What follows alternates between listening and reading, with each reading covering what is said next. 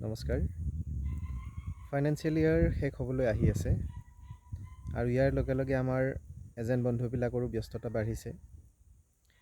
আমি কাষ্টমাৰৰ কাষত যাওঁতেই কাষ্টমাৰৰ মুখত প্ৰত্যক্ষ পৰোক্ষভাৱে আমি শুনিবলৈ পাই আছোঁ যে আমাৰ টাৰ্গেট আহিছে, চ' আমি তেওঁলোকক লগ কৰিছোঁ, পলিচিৰ বাবে ধৰিছোঁ, তেওঁলোকে ৰিবেট বিচাৰিছে।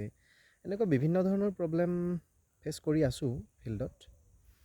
তো মই একচুৱেলি এই ভিডিঅ'টোৰ জৰিয়তে মই ক'বলৈ বিচাৰিছোঁ যে যিসকল ব্যক্তিয়ে ভাবে যে ফেব্ৰুৱাৰী মাৰ্চ মাহত কেৱল এজেণ্টৰ টাৰ্গেটৰ বাবেহে আমি আপোনাৰ কাষত গৈছোঁ, ইয়াত আপোনাৰ বিশেষ কোনো লাভ নাই। কিন্তু একচুৱেলি ক'ব গ'লে যদি ফেব্ৰুৱাৰী মাৰ্চ মাহত আপোনালোকে পলিচি লয়, তেতিয়া আপোনালোকৰো কিছুমান বিশেষ সুবিধা আপোনালোকে লাভ কৰিব পাৰে।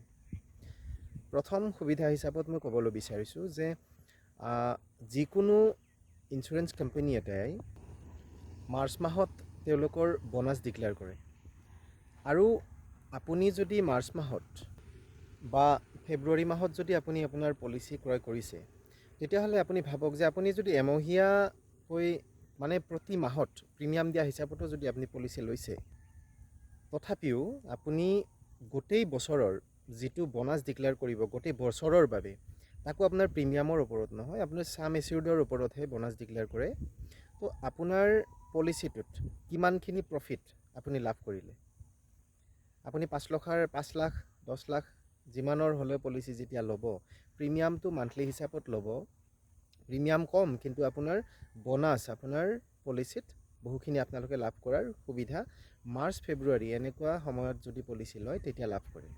লগতে আপোনালোকে যদি ফেমিলিৰ কোনোবাৰ ডেট অফ বাৰ্থ লৈ আপোনালোকে পলিচি ল'ব খোজে, স্পেচিয়েল হিচাপত গিফ্ট কৰিব খোজে, তো তেতিয়া ফেব্ৰুৱাৰী মাৰ্চ মাহত আপোনাক পলিচিত বিশেষভাৱে এটা সুবিধা প্ৰদান কৰে, যিটো সুবিধা মতে আপুনি সেই গোটেই ফাইনেন্সিয়েল ইয়াৰৰ পাৰ হৈ যোৱা মাহখিনিত যিকোনো ডেটত আপুনি আপোনাৰ পলিচিৰ ডেট অফ কমেঞ্চমেণ্ট হিচাপত ল'ব পাৰে। তৃতীয়তে আপুনি মাৰ্চ ফেব্ৰুৱাৰীত যিবিলাক পলিচি কৰিব, বছৰৰ আগত কৰা পলিচিবিলাকৰ দৰে আপুনি টেক্স ৰিবেটৰ সুবিধাখিনিও লাভ কৰিব পাৰে।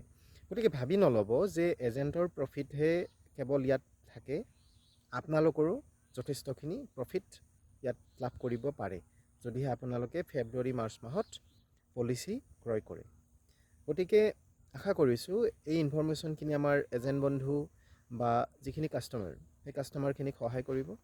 যদি মোৰ এই ভিডিঅ'টো ভাল লাগিছে, আপোনালোকে আপোনাৰ নিকট যিবিলাক বন্ধু বা তেনেকুৱা কোনোবা আছে, আত্মীয় স্বজন আছে, তেওঁলোকক শ্বেয়াৰ কৰিব পাৰে যিয়ে হয়তো পলিচি লোৱাৰ কথা ভাবি আছে। ধন্যবাদ।